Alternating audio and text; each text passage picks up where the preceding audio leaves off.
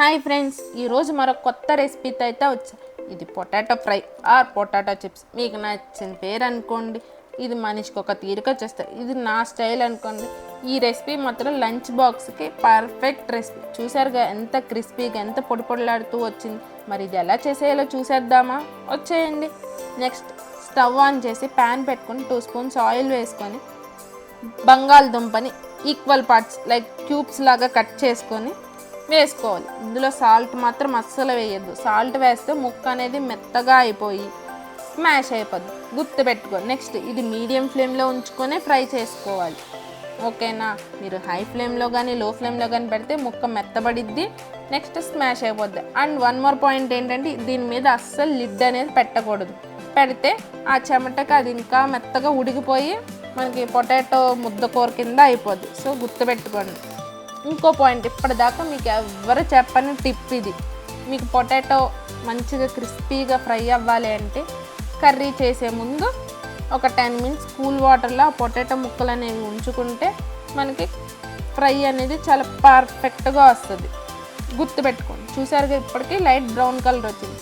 So ఇలా మధ్య మధ్యలో తిప్పుతూ ఉంటే ముక్కలన్నీ ఈక్వల్గా ఫ్రై అవుతాయి. ఓకేనా? మనకి గోల్డెన్ బ్రౌన్ కలర్ వచ్చేంత వరకు ఫ్రై చేసుకోవాలి. అస్సలు ఉప్పు కానీ పసుపు కానీ అసలు ఏమేయద్దు. అవన్నీ వేస్తే ముక్క అనేది మెత్తబడుతుంది. ఎవరైనా ఫస్ట్ టైం నా వీడియో చూసే వాళ్ళైతే సబ్స్క్రైబ్ చేసుకోండి ఫ్రెండ్స్. నాకు ఈ కర్రీ అయితే చాలా ఇష్టం. లంచ్ బాక్స్కి అయితే పర్ఫెక్ట్ రెసిపీ. ఈజీగా అయిపోతుంది, పిల్లలు ఇష్టంగా తింటారు. సో మీరు కూడా ఇచ్చేసేయండి.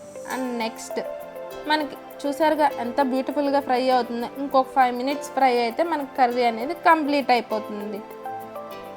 కంప్లీట్గా గోల్డెన్ బ్రౌన్ కలర్కి అయితే షిఫ్ట్ అయిపోతుంది. నెక్స్ట్ మనం అందులో జస్ట్ ఉప్పు, కారం, masala, simple ingredients and simple curry.